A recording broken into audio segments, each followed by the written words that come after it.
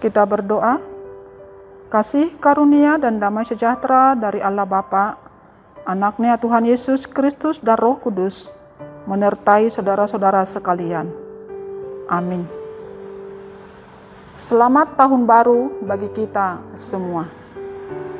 Saudara-saudaraku yang dikasihi oleh Tuhan Yesus Kristus, firman Tuhan yang menjadi kehidupan kita, khotbah Minggu, tanggal 12 Januari 2025, tertulis dalam Kisah Para Rasul pasal yang ke-8, ayat 14 sampai 25. Demikian bunyinya. Ketika rasul-rasul di Yerusalem mendengar bahwa tanah Samaria telah menerima firman Allah, mereka mengutus Petrus dan Yohanes ke situ. Setibanya di situ, kedua rasul itu berdoa supaya orang-orang Samaria itu beroleh Roh Kudus. Sebab Roh Kudus belum turun di atas seorang pun di antara mereka, karena mereka hanya dibaptis dalam nama Tuhan Yesus. Kemudian keduanya menumpangkan tangan di atas mereka, lalu mereka menerima Roh Kudus. Ketika Simon melihat bahwa roh itu diberikan melalui penumpangan tangan rasul-rasul itu, ia menawarkan uang kepada mereka serta berkata, "Berikanlah juga kepadaku kuasa itu, supaya jika aku menumpangkan tanganku di atas seseorang, ia menerima Roh Kudus." Namun Petrus berkata kepadanya, "Binasalah kiranya uangmu itu bersama engkau, karena engkau menyangka bahwa engkau dapat membeli karunia Allah dengan uang. Tidak ada bagian atau hakmu dalam hal ini, sebab hatimu tidak lurus di hadapan Allah. Jadi bertobatlah dari kejahatanmu ini, dan berdoalah kepada Tuhan, semoga Ia mengampuni niat hatimu ini. Sebab kulihat bahwa engkau memendam iri hati yang pahit dan terjerat dalam kejahatan." Jawab Simon, "Hendaklah kamu berdoa untuk aku kepada Tuhan, supaya kepadaku jangan kiranya terjadi segala yang telah kamu katakan itu." Setelah keduanya bersaksi dan memberitakan firman Tuhan, mereka kembali ke Yerusalem. Dan dalam perjalanannya itu, mereka memberitakan Injil di banyak kampung orang Samaria. Demikian pembacaan firman Tuhan. Saudara-saudaraku yang dikasihi oleh Tuhan Yesus Kristus, kita sudah tiba di minggu kedua tahun 2025. Oleh kasih-Nya yang besar, Allah menghantar kita ke tahun 2025 dengan sukacita, dengan kebahagiaan, dan dengan kasih-Nya yang kita hidupi. Tentu setiap kita, pribadi lepas pribadi, keluarga lepas keluarga, atau setiap gereja atau negara atau pemerintah sudah menyusun atau membuat banyak rencana atau program, banyak harapan atau yang menjadi kerinduan untuk tahun 2025 ini. Tentu itu tidak salah. Itu bagus kalau kita membuat rencana dan program kita masing-masing. Kita membuat harapan dan kerinduan kita, terlebih-lebih apabila kita itu serahkan dan pertaruhkan ke dalam tangan pengasihan Tuhan, supaya Dia yang berkehendak atas semua apa yang kita rencanakan, yang kita rindukan, yang kita harapkan, yang kita programkan. Saudara-saudaraku yang dikasihi oleh Tuhan Yesus Kristus, tetapi ada satu hal yang lebih penting daripada semuanya itu. bahwa bukan hanya kita yang perlu membuat program, membuat rencana dan harapan-harapan dalam tahun 2025. Tetapi juga Tuhan punya rencana dan punya program, punya harapan dan keinginan bagi kita masing-masing dalam menjalani tahun 2025 ini. Apa harapan Tuhan? Apa yang dikehendaki oleh Tuhan bagi kita masing-masing? Pribadi lepas pribadi, keluarga lepas keluarga, gereja, masyarakat dan negara ini. Tuhan punya rencana bahwa kita diutus untuk memberitakan firman Tuhan. Kita semua diutus untuk memberitakan firman Tuhan. Itulah yang direncanakan, itulah yang diprogramkan, itulah yang dikehendaki oleh Tuhan bagi kita masing-masing. Kita diutus memberitakan firman Tuhan. Disuruh hita maka tidakon hatani depata. Dalam buku nyanyian HKBP 728 ayat pertama dikatakan di sana, "Kuutus kau menyerahkan hidupmu. Tunaikanlah tugas panggilanmu. Walau dihina dan menanggung duka, kuutus kau mengabdi bagiku. Seperti Bapa mengutus aku, kuutus kau." Tuhan mengutus kita untuk memberitakan firman Tuhan. Saudara-saudaraku yang dikasihi oleh Tuhan Yesus Kristus, tentu kita mengamini bahwa firman Tuhan itu berkuasa untuk menguatkan dan menyelamatkan kita.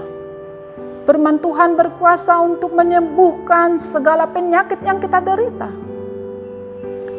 Firman Tuhan juga berkuasa melindungi kita dari berbagai tantangan, ancaman, hambatan, penganiayaan, dan berbagai penderitaan yang datang pada kita. Bahkan firman Tuhan juga berkuasa untuk membaharui pikiran kita, hati kita, atau membawa kita kepada pertobatan, menjadi orang-orang yang percaya yang Tuhan kehendaki. Saudara-saudaraku yang dikasihi Tuhan Yesus Kristus, hal itulah yang terjadi dalam firman Tuhan di minggu kedua tahun 2025 ini, di mana setelah Filipus memberitakan firman Tuhan di tanah Samaria atau kepada orang-orang Samaria, dan dia melakukan tanda-tanda mujizat di sana, sukacita telah terjadi di kota Samaria. Setelah Filipus memberitakan firman Tuhan dan dia melakukan tanda-tanda ajaib bagi orang-orang Samaria, telah terjadi sukacita besar di tanah Samaria,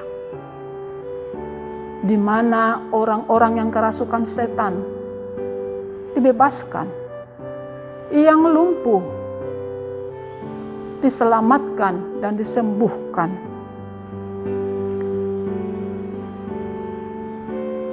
Yang menderita dihibur, yang timpang disembuhkan. Dan satu hal yang lebih luar biasa, seorang penyihir ulung yang banyak orang takjub kepadanya, yaitu Simon, yang digelar sebagai kuasa besar, telah menerima firman Tuhan. Firman Tuhan yang diberitakan oleh Filipus diterima oleh orang-orang Samaria, diterima oleh Simon penyihir ulung itu, dan membawa sukacita bagi orang-orang Samaria. Saudara-saudara,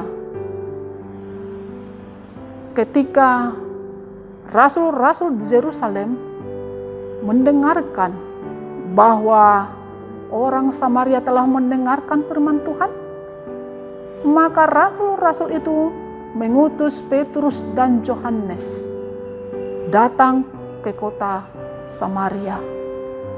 Mereka datang berdoa dan menumpangkan tangan kepada orang-orang Samaria, dan mereka dipenuhi oleh kuasa Roh Kudus. Kuasa Roh Kudus yang menguatkan dan yang membawa pembaharuan bagi mereka. Mereka memang sudah menerima firman Tuhan dan sudah dibaptis. Tetapi satu hal yang mereka terima dari pemberitaan Petrus dan Yohanes adalah mereka menerima kuasa Roh Kudus dalam kehidupan mereka. Dan ketika Simon melihat betapa kuat kuasa Roh Kudus yang diterima oleh orang-orang Samaria, Simon pun yang sudah menerima firman Tuhan ingin memperoleh kuasa Roh Kudus itu. Dia mungkin menyadari bahwa kuasa yang dia miliki sebagai penyihir tidaklah sebanding dengan kuasa Roh Kudus yang telah diterima oleh orang-orang Samaria. Karena itu dia berkata kepada Petrus dan Yohanes, dia menginginkan kuasa Roh Kudus itu dan dia ingin membelinya dengan uang. Tetapi Petrus dan Yohanes menegur dia dan berkata kepadanya, bertobatlah dan berdoalah supaya engkau tidak dihukum. Dan Simon pun melakukan apa yang telah difirmankan oleh Petrus dan Yohanes. Dia juga memohon supaya Petrus dan Yohanes mendoakan Simon. Saudara-saudaraku yang dikasihi oleh Tuhan Yesus Kristus, kita akan menjalani tahun 2025. Tuhan sudah memberikan firman-Nya kepada kita. Roh-Nya telah menguasai kehidupan kita. Kita dipanggil seperti Petrus dan Yohanes. Kita diutus Tuhan untuk memberitakan firman Tuhan sepanjang tahun 2025. Beritakanlah firman Tuhan, karena firman Tuhan itu sungguh menjadi kekuatan dan keselamatan bagi umat manusia, bagi seluruh ciptaan Tuhan. Karena itu, beritakanlah firman Tuhan melalui perkataanmu yang menjadi garam dan terang. Beritakanlah firman Tuhan melalui sikapmu, perilakumu, perbuatanmu yang menjadi garam dan terang dunia ini.